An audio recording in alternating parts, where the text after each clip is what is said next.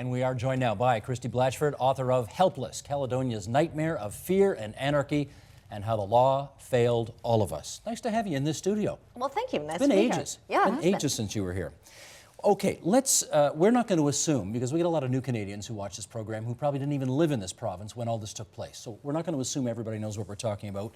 We want to remind people what happened. There's a residential subdivision in Caledonia, which is near Hamilton. What happened on that subdivision? In February of 2006, a very small group of natives from the nearby Six Nations Reserve, for a variety of reasons, came onto the land, occupied it, blocked the entrance, and stopped the 100 or so workers who were on the construction site throwing up new houses. That's the least interesting part to me. What is interesting to me is how the police policed it, because immediately they treated it as a expression of a native land claim, not as an illegal occupation, not as anything that required policing. It was a hands-off, eyes averted kind of policing. And from there it went. For the first 3 months, I guess, it was peaceful. The builder went to the Ontario courts, tried to get injunctions, did get them. The OPP didn't enforce them. These would be injunctions getting the protesters off the land. During that time, the number of protesters grew. It became a bit of a no-go zone for all sorts of people across the continent, actually. And by April the 20th, when the OPP made I think an ill-planned early morning raid to arrest the main occupiers, which they did succeed in doing, the organizers on the land had a phone tree, got a whole bunch of other people, hundreds of people came, it's just a couple of clicks away from Six Nations, hundreds of other supporters showed up, drove the OPP off, and never again did they go back on that land, really, in the interim, with very few exceptions. The land claim that the Aboriginal groups feel has not been well attended to for the large number of years that it's been outstanding. In your view, does that explain why these protests and occupation of the area took place in the first place? Yeah, I do think I think there's a tremendous argument to be made that there are hundreds of land claims working their way through the bureaucracy. I think it is almost deliberately opaque. I think it is deliberately slow. I forget what the average time it takes for one to get through the process. It's a federal process, but it's forever. So certainly that contributes to the general frustration, absolutely.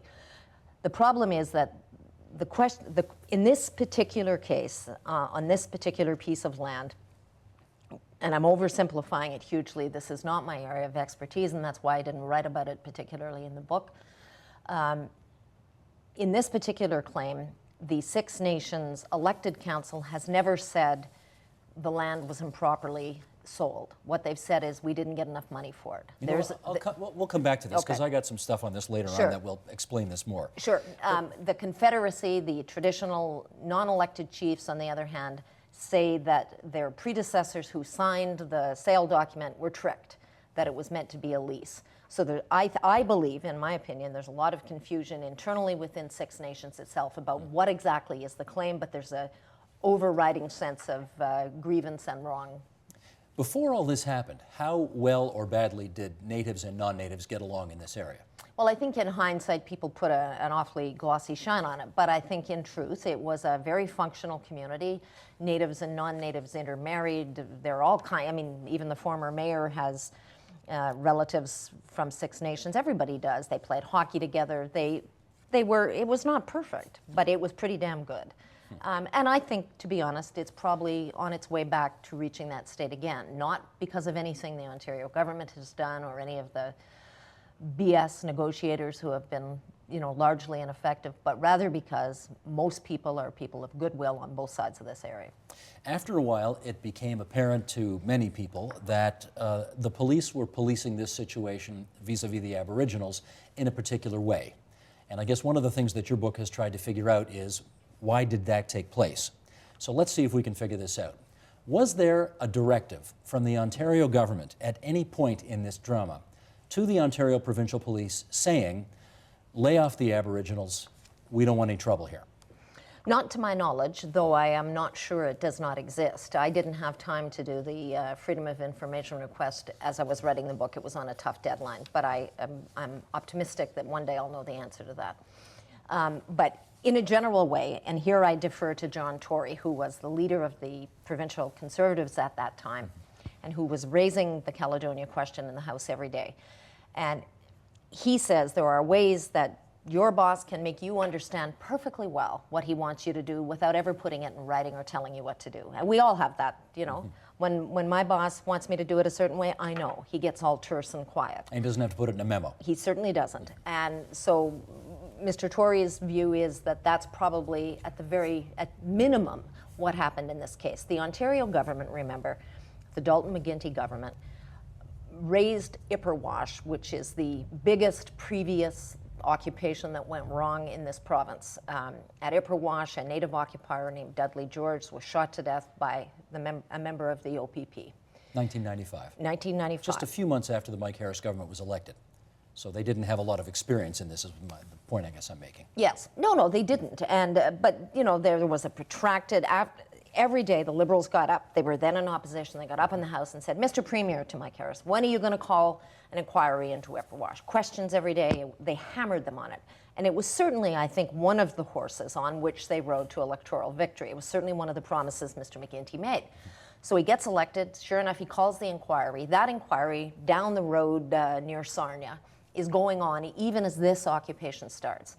And the one thing I think you can be absolutely sure of is that the Liberal government did not want to have a Dudley George on their hands. And I don't blame them. I have never advocated that the OPP should have gone in with truncheons swinging and gunfire. My only sort of belief is that they should have enforced the laws. They would enforce it with you and I. And that was crystal clear from the get-go that they didn't.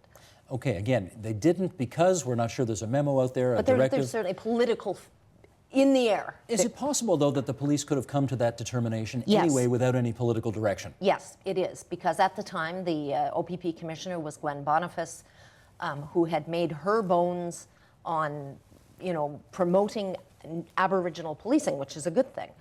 But she was less a cop's cop and more of a, you know, a kind of a policy cop's cop. And, you know, she, under her watch, the Aboriginal policing branch had become much bigger. It was under her that Ron George, the first cousin of the slain Dudley George from Ipperwash, was appointed as the top Aboriginal officer in Ontario, and he was the lead guy on the ground in Caledonia during the occupation. I think that was tremendously unfair to him. It was like Alan Eagleson in the old days. He was now an agent, now an entrepreneur, now the representative of Hockey Canada. It took a long time for all those hats to reveal themselves as a conflict. And I think that Inspector George was also in a position of conflict. As it became apparent that the police were, in your view, using kind of two tiers of justice here, treating Aboriginals... It's not my view. It's what they admitted in court. Okay. If officers went to their superiors and said, why are we doing this? They did do that. And what kind of answers did they get? They were disciplined, they were transferred, they were told to shut up. This is how we're doing it. And never forget that, you know, there's a strong paramilitary strain that runs through any police force. There has to be. They have to take orders, even when they don't like them or when they disagree with them. These guys, there were, you know, at least a half dozen officers that I know of, some of them senior officers, probably more, who made their discontent with the kind of policing that was going on in Caledonia absolutely clear, both to their bosses at the OPP and to their police association. And their police association president, Carl Walsh, is quoted throughout the book saying just that. They were inundated with complaints by their members. Nothing changed. When local residents went to the police or went to politicians to say, there's a double standard of justice here, can you guys please do something about it, what happened? Well, they were painted as outsiders, and in one instance, at that time, one of the lead instigators, I suppose, was Gary McHale, who didn't live in Caledonia. But he didn't get involved in any of the protests until all of the violence really was done, virtually all of it. Yet Julian Fantino, the new member for Vaughan, for the Tories. New cabinet minister in Mr. Harper's government. The junior minister for seniors, Yes, as I like that's to right. remind people. He was then the OPP commissioner. He'd taken over at the end of 2006, and under his leadership, the force continued in exactly the same path that they had been going on. And except that under him, Gary McHale was targeted for what I think really amounted to harassment. There were arrest teams waiting for him. He was put in jail overnight. I've got an exchange here. Can I put okay, this up please, here? yeah. Let me do this. This is from your book. This is Detective Sergeant Bernie Cowan from the OPP and Gary McHale. Michael, let's bring this graphic up. Here's the conversation that you've got quoted in the book. Here's, first of all, the officer. We will allow you to raise flags and ribbons, just not across from Douglas Creek Estates. Anybody who attempts to do that will be arrested for breach of the peace. So Gary says, so have the natives been arrested for putting up their flags? They have not. Gary comes back. Why? You said anyone. Your words were, anyone who tries to put up flags will be arrested for breach of the peace. Bernie Cowan comes back. That's today I'm talking about. Gary, well, you know what my plan is? Bernie Cowan, what's your plan? Gary says, my plan is to make you guys look like a bunch of assholes, and you've done a great job of helping achieve that. You do nothing when the power station was destroyed, you did nothing when the bridge was burned down, and now we're talking about a simple flag, and the natives have their flags up, and there was no violence. Yes, indeed, McHale was arrested after that exchange, and what did you think of that exchange? What did that indicate to you? Well, I mean, first of all, as I recall, that officer and the other officers who were involved in that were actually quite senior investigators from a different branch of the OPP, and I was astonished that they would be put on road duty to inform a citizen of what you heard there. Secondly, and I feel compelled to say this, you have to understand how aggrieved Mr. McHale felt, because he doesn't swear. I mean, even in my presence, and I am notoriously profane. You got a foul mouth, I there's have no doubt about it. I absolutely do. And even in my presence, he doesn't sort of relax his standards. So that tells you how, you know, aggrieved he felt. And then he was, I'm mixing maybe apples and oranges here, Steve. I haven't read my own book in a while. I took Christmas off. But I believe this is the occasion where he was arrested and held overnight on what was really quite a non-charge, and was let go the next morning without charge. A little while later, at another rally, he only ever participated at that time in 2 rallies, he was arrested on what surely was a shocking charge. It was called, I remember your description of it, yes. It was attempting to encourage someone to breach the peace. In other words, the breach of the peace hadn't happened, but he was charged with encouraging someone to do what hadn't happened. Mm-hmm. And or maybe that was even this instance. It was a ludicrous charge. It was a charge that one judge at least had never heard of, one Crown attorney had never heard of. And the only reason he was charged was so that the court could impose restrictive bail conditions, travel conditions upon him, which kept him out of Caledonia for more than 2 years. And by that time he had friends, he had legitimate business connections there, and he could not go in that town for 2 years. Finally, in the end, the Crown attorney very recently withdrew the charge. You know. Don't misunderstand this next question. I'm delighted that you're here tonight, but I didn't think we'd be alone. I kind of had a plan when we first talked about doing this program here of having maybe the local MPP there, someone from the OPP here, one of the ambassadors who was brought in to troubleshoot over here, maybe somebody from the town over. I envisaged a conversation. And somebody from 6 Nations. Somebody from 6 Nations. You know, maybe 6 people at the table here to have a good discussion about this. No one wants to come on with you. Sure, they don't. Why not? Well, I don't know why 6 Nations wouldn't, or the broader Aboriginal community wouldn't have put somebody on, because, I mean, while I've written a book which doesn't deal with the root cause of Caledonia and doesn't examine the land claim because I'm no expert, I've certainly written sympathetically in the Globe and Mail many times about residential schools, native suicides. And about Julian Fantino. And always about Who wouldn't come on. About Julian Fantino. And since the book came out, the OPP, the new commissioner, Chris Lewis, who seems like a lovely guy, but he was also the deputy commissioner with Mr. Fantino, and he was his handmaiden in the way that Caledonia was run, has, you know, appeared on selected shows and taken, when I'm not present, sort of pot shots at the book, talking about it's not quite right here, never pointing to a specific thing. And my view is that the OPP, at least, chose not to come on because there is no answer, and there is no answer. I covered a court case from one of the Caledonia residents who, Dave Brown and his wife Dana Chatwell, who were absolutely held hostage by this occupation for 4 years and change. They sued the Ontario government and the OPP. This is how I got hooked on the case. I was there for every second of testimony at that trial.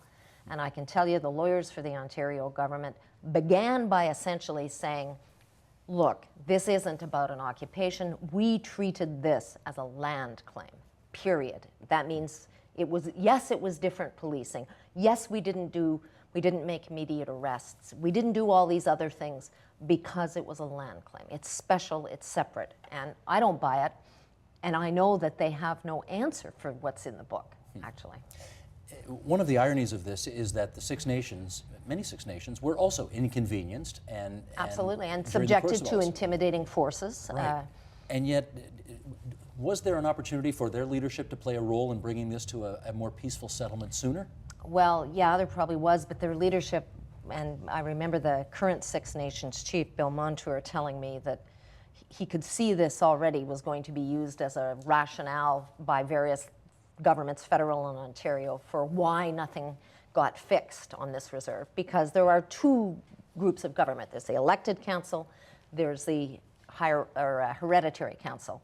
They had two different approaches, and on the first day after the ill-fated OPP raid, when government negotiators and various little men in suits came down to try and fix the town, the first thing they did was agree to let the non-elected council have the lead on the at the negotiating table. And they ought not to have done that. It complicated things tremendously for everybody because the federal government by law can only negotiate with the elected council. So it screwed up the internal dynamics on the thing, on the reserve. But there's no question, back to your original sort of premise, I'm sorry if I'm running off at the mouth, that certainly there were lots of people on Six Nations who suffered when the hydro tower was destroyed and there was a 3 or 4 day blackout. They didn't have power either. I believe that they were subjected to intimidating forces from some of their own people during the occupation. I know they didn't like some of the outside Native leaders who came onto the reserve and who, you know, it's one thing to throw up the Haudenosaunee, the traditional flag. That's Six Nations. They're exerting a land claim. You can understand them throwing up their flag, but the Mohawk warriors are a different kettle of fish, and that flag was the most prominent one along the public highway. And then there's the whole smoke shack question, you know, I don't get into this in the book, but after the occupation was as successful as it was, what happened in the end is the Ontario government bought the land from the developer, and then without giving the land formally to Six Nations, de facto gave it to them because they said, we're not asking you to leave.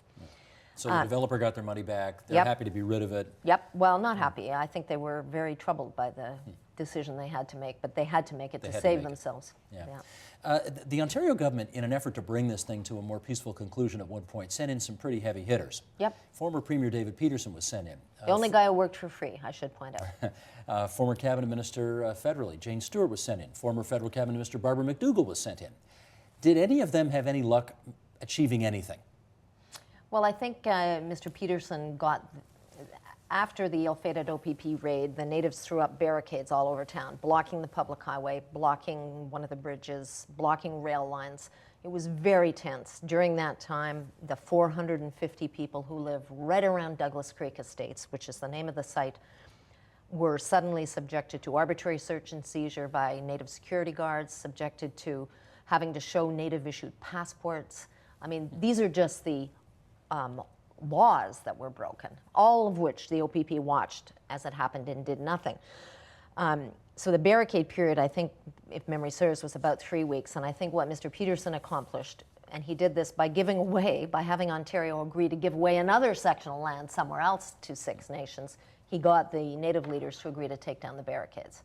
But that is the only concrete thing I can think of. Okay, let me do some, you've been in journalism a long time, you know what I got to do here. Let me do some devil's advocate stuff here. You've done a wonderful job representing the views and the story of the people who lived in that city whose lives were really twisted in terrible knots for a long time. Do you think your book adequately represents the Aboriginal position in this. I don't think my book ever attempted to do that. I looked at this. I mean, I cover the criminal courts mostly for a living. So for me, the thing that grabbed my attention when I covered the civil lawsuit of Dave Brown was the legal question. What happened to the rule of law? You know, the rule of law, as I say all the time, is that great noble arrangement we all make in a civilized society where you and I agree that if we have a dispute, I'm not going to come and burn your house down, and you're not going to come and burn my house down in retaliation, and I'm not going to slit your brother's throat, and you're not going to come and rape all my female relatives, etc. Because that's what happens in places like Afghanistan. We instead decide that we will have police forces who will, you know, enforce the law, and we have prosecutors who will prosecute the law, and we will have judges and juries who decide cases. So that's the arrangement we have here, and that's what interested me, because all that went in the toilet, in my view, in Caledonia. So I set out to cover a very narrow slice of this issue, and I say that in my foreword. You do indeed. It's right at the very beginning of the book. Now, you know, we send out a notice every day telling people what's on this program, Yeah. and a McMaster University professor named George Sorger saw what was going to be on, and he sent me this email. I want to read a little piece of it if I can here. Michael, if you would, let's bring this up. Did we ask him to come on? I don't think we did, actually. No, I just got this this okay. afternoon. This is called the Haldeman Tract. The Haldeman Tract, a strip of land 6 nautical miles on either side of the Grand River, was given to the Six Nations for their service as allies of the British in the French and Indian War and the War of Independence of the USA. That's right. The U.S. military took revenge on those in the Six Nations who had fought with the British, so they had to flee to Canada, where they now reside on about 5% of what is left of the Haldeman Tract. The acquisition of much of that territory by non-natives is a matter of dispute. Six Nations claiming, with good historical evidence, that they had never given up the land. Given the above history, members of Six Nations occupied the Douglas Creek site to protect their land, which, being under dispute, should not have been developed without Six Nations consent, and were then promptly, violently arrested. A large contingent... Promptly arrested. That was 3 months later. I'm just reading it here. I'm Christie. just saying, though. A large contingent of Six Nations citizens then rushed in to ensure that the land did not have the same fate as the other 95% of the Haldeman Tract, despite fruitless petitions, challenges, etc., to the Canadian government. That's some of the history, which this professor obviously believes is important for people to know in their more comprehensive understanding of what's going on here. I agree. They should also know that the guy who sold most of the land was the great Mohawk leader, Joseph Brant, who was, a preposterously, for the time, well-educated man from any community, and who was an entrepreneur. But I guess my question is, you don't spend time in this book on that, and isn't it important for people to know that in order to better understand the context of the whole story? I don't dispute that. I think it is important, but let me give you something that I think is analogous. When the Twin Towers fell in Manhattan, I was one of the reporters who made it onto the site before the police lines went up, so I was there on September 11th before midnight. I stayed in New York City for 3 weeks after, and all I wrote about were the people who had died and the people who had suffered and the people who were victimized. I didn't write about what we now call the root causes of, Muslim discontent across the world. I didn't write about blowback, oil policy, all that stuff. I didn't write about America, the evil. I didn't do any of that because that wasn't the story. And I'm a journalist, and I don't pretend to write history. I defer, though not in every point you read me, because it's not complete either. I defer to historians to write history. But what I write is journalism. It's current events. And I write one side of it. And I wrote one side, as did every other reporter who was at ground zero in those 3 weeks afterwards. We wrote about the people who had suffered. We wrote about what had happened. And we didn't have to do the rest of it. And I'm a hack. I'm a newspaper hack. And that's what I do when I write books. When I went to Afghanistan, I went as an embedded journalist. And I wrote only about Canadian soldiers because that's what I was interested in. You make an arbitrary decision where to start the clock. Well, you have to. I'm used to writing 1,000-word clumps. I mean, I'm not a... You're not a hack. You're a good writer. But I think that is a nice term. I'm not being, unduly harsh on myself. I'm a newspaper hack. I write modern, current events. I don't have to, and I don't think journalism has to do this, and that's what I do. I don't have to give the broad 360-degree perspective. I mean, you read the foreword. I say residential schools, native reserves, all these things, including land claims, are all part of it, but I'm not equipped to do it, and I'm too old. And what am I going to devote another 55 years to studying this stuff? People better than me have done it, and they haven't succeeded. Do you think this book can get this issue closer to a settlement? No, I didn't have that aim. I wanted to set the record straight. The people of Caledonia, the non-native citizens of Caledonia, did not have their story very well told at the time. I was in Afghanistan in the summer of 2006, so I didn't have the on-the-ground feel that I would normally have. So I had to do a lot of reading. I read all the local Caledonia papers, the spec. In fact, can I pick up on that? Because Sure. you have a chapter in here which is excoriating in its view that the media, and when I say the media, everybody, The virtually national everybody, media. national media, completely dropped the ball on this story. I think we did. How come? Why did that happen? Well, because in my view, again, there is only one acceptable way to talk about Aboriginal issues in this country. It's a very constrained conversation. In that conversation, Native people are always portrayed as one-dimensional victims. That's it. They are not allowed to be seen as in any other way, and certainly they're not allowed to be seen as the bad guy ever. They are only the victim. Caledonia didn't present Natives in that light. It presented, the non-Native poor sons of bitches who lived right around the disputed land as the victims, as they were.